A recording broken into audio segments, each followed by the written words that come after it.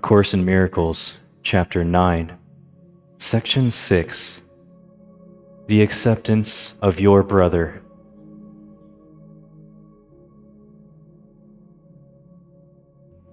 How can you become increasingly aware of the Holy Spirit in you except by His effects?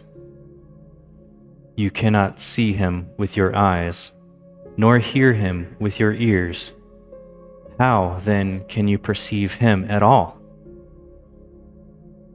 If you inspire joy, and others react to you with joy, even though you are not experiencing joy yourself, there must be something in you that is capable of producing it.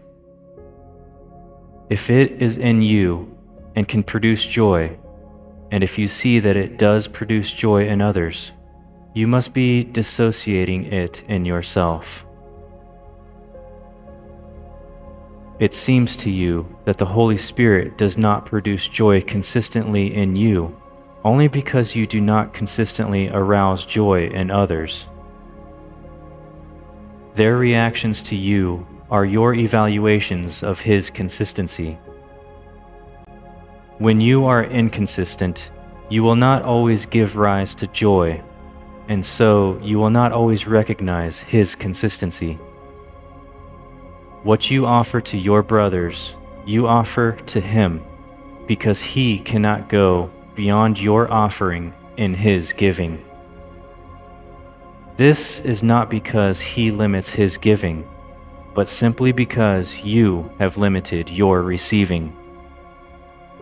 The decision to receive is the decision to accept.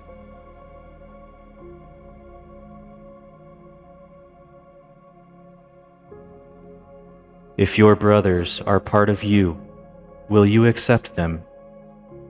Only they can teach you what you are, for your learning is the result of what you taught them. What you call upon in them, you call upon in yourself. And as you call upon it in them, it becomes real to you. God has but one Son, knowing them all as one. Only God Himself is more than they, but they are not less than He is. Would you know what this means? If what you do to my brother you do to me, and if you do everything for yourself because we are part of you, everything we do belongs to you as well. Everyone God created is part of you and shares His glory with you. His glory belongs to Him, but it is equally yours. You cannot, then, be less glorious than He is.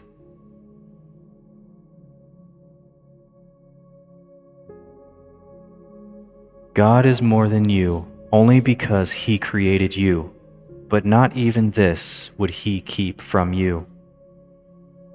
Therefore, you can create as He did, and your dissociation will not alter this. Neither God's light nor yours is dimmed because you do not see.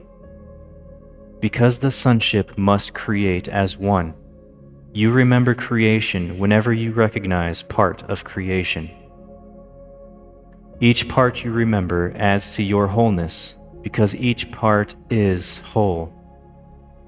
Wholeness is indivisible, but you cannot learn of your wholeness until you see it everywhere. You can know yourself only as God knows His Son, for knowledge is shared with God.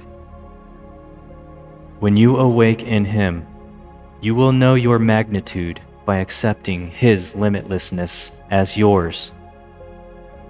But meanwhile, you will judge it as you judge your brothers, and will accept it as you accept His.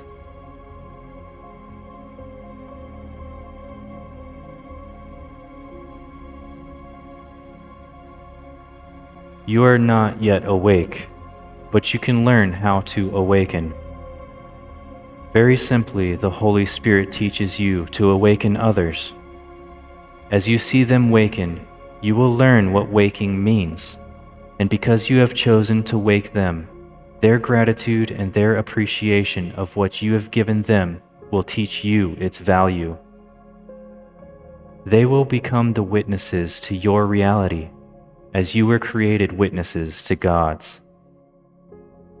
Yet when the sonship comes together and accepts its oneness, it will be known by its creations, who witness to its reality as the Son does to the Father.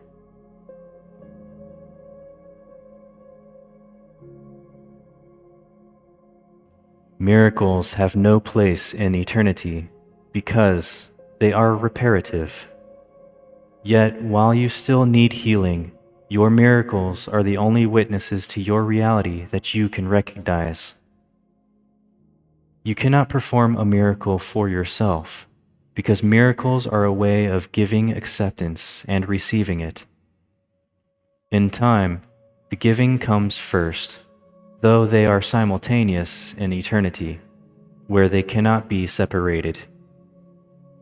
When you have learned they are the same, the need for time is over.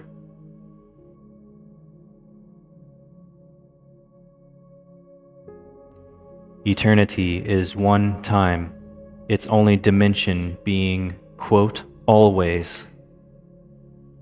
This cannot mean anything to you until you remember God's open arms and finally know His open mind.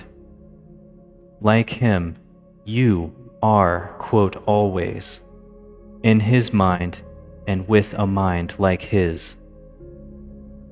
In your open mind are your creations, in perfect communication, born of perfect understanding. Could you but accept one of them, you would not want anything the world has to offer. Everything else would be totally meaningless. God's meaning is incomplete without you, and you are incomplete without your creations. Accept your brother in this world, and accept nothing else, for in him you will find your creations, because he created them with you. You will never know that you are co-creator with God until you learn that your brother is co-creator with you.